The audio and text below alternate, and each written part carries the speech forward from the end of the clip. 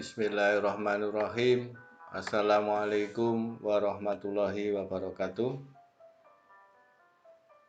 Pemirsa yang luar biasa, sahabat channel Kimia itu Mudah yang istimewa.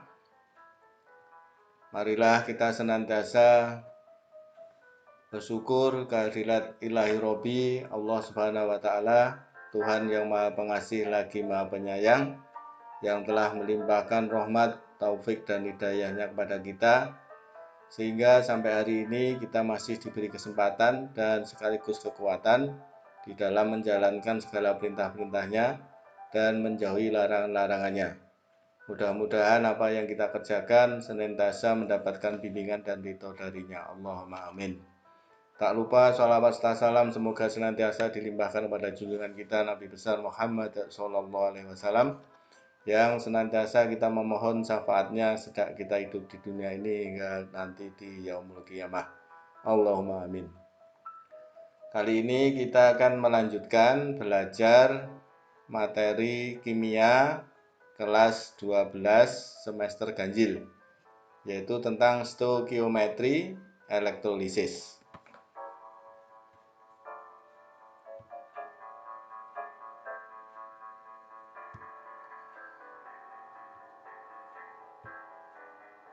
Satu hari satu video, mohon doa restunya.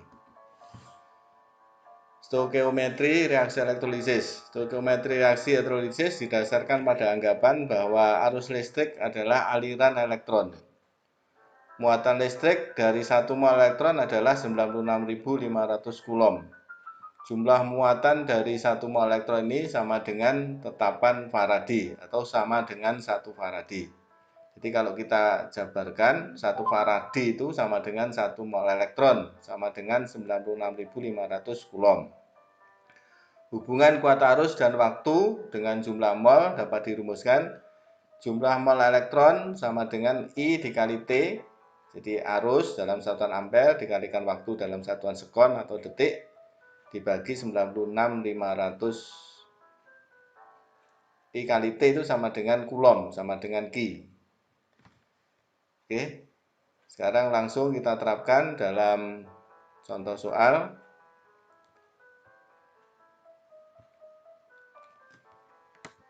Ini soalnya, pada elektrolisis larutan magnesium sulfat dengan menggunakan elektroda karbon, hasil di anoda dan katoda berturut-turut adalah sebagai berikut. Nah, berarti ini kita harus menerapkan reaksi-reaksi yang terjadi pada larutan elektrolisis. Nah, MgSO4 magnesium sulfat kalau diionkan menghasilkan Mg2+ dan SO4 2-.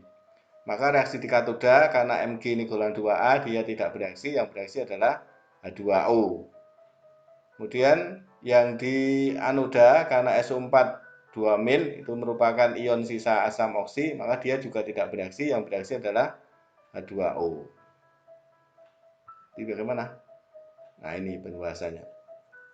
MgSO4 terurai menghasilkan Mg2+ dan SO4 2-, reaksi di katoda elektroda negatif adalah 2,2O menangkap 2 elektron menghasilkan H2 dan 2OH-. Ini hasilnya di katoda. Kemudian hasilnya di anoda 2,2O terurai menghasilkan O2 4H+ dan melepaskan 4 elektron, jadi O2 dan H+. Berarti jawabnya yang mana yang tadi? Ya, kita lihat di sini. Berarti di anoda didapatkan apa tadi? O2 dan H+. Terus di katoda didapatkan H2 dan OH-. Berarti jawabnya betul yang C. Ya, di anoda didapatkan H+, di katoda didapatkan H2. Oke, kita lanjut soal berikutnya.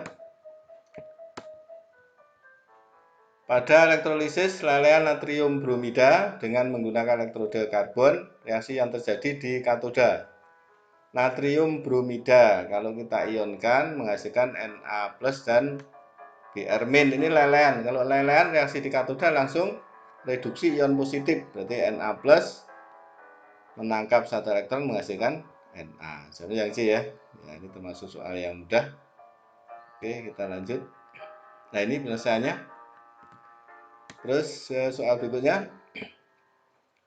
Larutan tembaga 2 sulfat dielektrolisis dengan menggunakan katoda besi dan anodanya tembaga. Pernyataan yang benar dari elektrolisis di atas adalah, nah ini berarti anodanya termasuk anoda yang tak iner, artinya anodanya reaktif, bereaksi. Maka anoda itu nanti akan mengalami oksidasi. Anodanya apa? Cu, tembaga. Cu nanti akan teroksidasi menjadi Cu2+ dengan melepaskan 2 elektron. Kemudian reaksi di katodanya, CuSO4 kalau diionkan jadi Cu2+ dan SO4 2-, maka Cu2+-nya ini bukan 1A, bukan 2A, bukan Al, bukan Mn, maka dia akan mengalami reduksi, menangkap 2 elektron menghasilkan Cu. Jadi jawab yang betul tembaga mengendap, bukan, salah.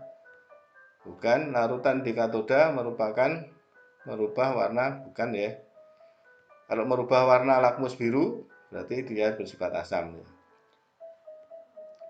Yang mana? Larutan di katoda merubah, katodanya yang bereaksi apa? Katodanya kan Cu ya, bukan. Massa, nah ini. Massa elektroda katoda bertambah. Kenapa bertambah? Karena nanti katodanya yang besi ini akan dilapisi oleh tembaga. Dilapisi oleh Cu. Nah ini reaksinya. Jadi di katoda Cu2+ menangkap 2 elektron menjadi Cu. Katoda tadi kan Fe. Fe nanti akan dilapisi oleh Cu. Maka jumlahnya, masanya akan bertambah. Oke, kita lanjut. Pada elektrolisis larutan seng sulfat digunakan elektroda karbon. Pernyataan yang benar berdasarkan elektrolisis di atas adalah titik. Seng sulfat ZnSO4, Zn2+ dan SO4 2- kalau diionkan. Pada ruang anoda diperoleh logam seng. Salah ya, jadi endapan itu di ruang katoda. Pada ruang katoda dihasilkan gas CO2, bukan. Katodanya nanti Zn2+ menangkap 2 elektron jadi Zn.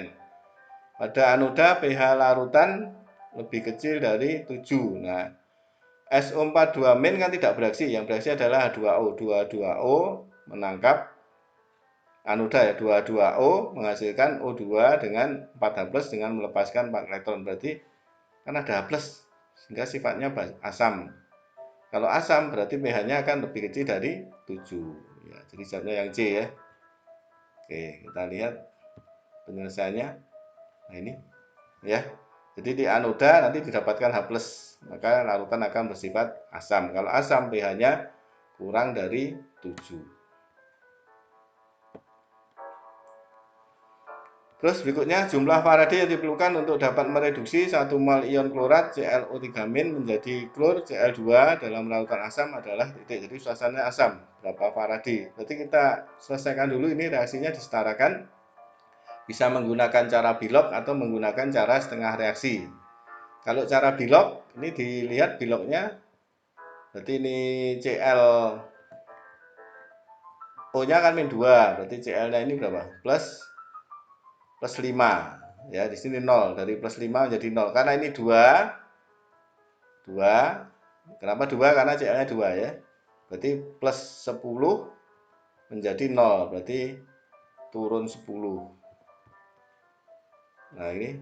Terus kemudian dilihat reaksinya ya. Kalau dengan cara setengah reaksi ini urutannya ClO3. Nah, disamakan dulu jumlah Cl-nya, kemudian karena asam maka dalam penjelasan redox tambahkan H2O di ruas yang kekurangan O, di kanan tambah 2O sebanyak berapa? 6, karena O-nya 6. Terus ruas lain ditambah 12 supaya jumlahnya sama 12H+. Supaya sama muatan kiri kanan maka ditambahkan 10 elektron, menangkap 10 elektron sebelah kiri. Maka dari reaksi ini 2 mol ClO3- setara dengan 1 mol Cl2. Lihat koefisiennya setara dengan 10 mol elektron. 1 mol elektron sama dengan 1 Faraday. Kalau 10 mol elektron sama dengan 10 Faraday. Kalau 1 mol ClO3- setara dengan setengahnya ini ya, 0,5 mol Cl2 setara dengan 5 mol elektron setara dengan 5 Faraday. Jadi jawabnya, jadi yang betul adalah 5 Faraday. Oke, kita lanjut. 1 liter AgNO3 dielektrolisis dengan elektroda PT. Jika muatan listrik sebanyak 965 Coulomb dialirkan, maka pH larutan yang dihasilkan adalah titik. Kita lihat penyelesaiannya. Jadi caranya tetap kita ionkan elektrolisis, Ag+ mengalami reduksi menjadi Ag, kemudian NO3- tidak bereaksi, yang bereaksi air H2O, ini sama ya, selalu begini. Kemudian mol elektron sama dengan tadi rumus di stoikiometri, I kali T dibagi 96500. I kali T itu sama dengan kulom, jadi kulomnya 965 tadi dibagi 96500 ketemu 0,01.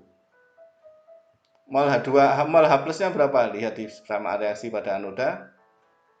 Mol H+-nya berarti sama dengan 0,01 ini. Kenapa sama? Ini karena ini.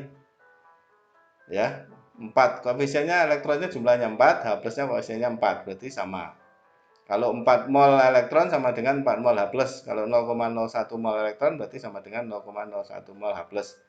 Kemudian konsentrasi H+ sama dengan mol dibagi liter. Volumenya tadi 1 liter ya, jadi ketemu 10⁻⁻2 molar.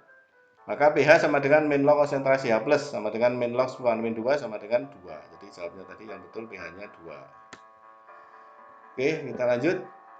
Dalam sel elektrolisis berisi larutan CrCl3 dialiri arus listrik dengan kuat arus 193 ampere selama 300 detik. Massa logam krom ArCr52 yang mengendap pada katoda adalah titik. Nah, ini penyelesaiannya bisa juga pakai cara stoikiometri ya. Seperti ini, kita ionkan seperti biasa. Mol elektron sama dengan I kali T. Nah, ini ketemunya 0,6 mol elektron. Sini sekarang dilihat persama reaksi di sini. Ya. Nah, berarti mol Cr sama dengan ini koefisiennya 1 dibagi koefisiennya elektron 3, 1/3 dikali 0,6 ketemu 0,2. Maka massa Cr-nya sama dengan 0,2, molnya dikalikan AR-nya 52 ketemu 10,4 gram. Oke ya, bisa dipahami ya. Ya, terus hal berikutnya, pada elektrolisis 400 ml larutan CuSO4 0,01 molar untuk mengendapkan seluruh ion tembaga diperlukan arus listrik dengan muatan sebesar titik. Nah, langsung kita lihat penyelesaiannya. Ini CuSO4 kalau diionkan, ini ya. Nah, 1 mol CuSO4 sama dengan 1 mol Cu2+.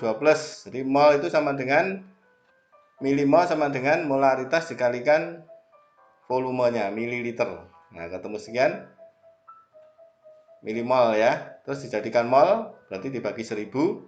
1 mol CuSO4 sama dengan 1 mol Cu2+. 1 mol Cu2+ sama dengan 1 mol Cu. Ini dari reaksi di sini. 1 mol Cu sama dengan ini 2 mol elektron dari sama reaksi yang di katoda ini. Berarti Faraday-nya berapa ya? Ini 2 dibagi 1 dikali 4 kali 10⁻3 ketemu 8 kali 10⁻3 atau 0,08 tadi jawabnya ya, betul. Berikutnya ini pada elektrolisis larutan BaCl2 dan seterusnya. Nah, ini volumenya berapa? Keadaannya ini kita bisa lihat penyelesaiannya.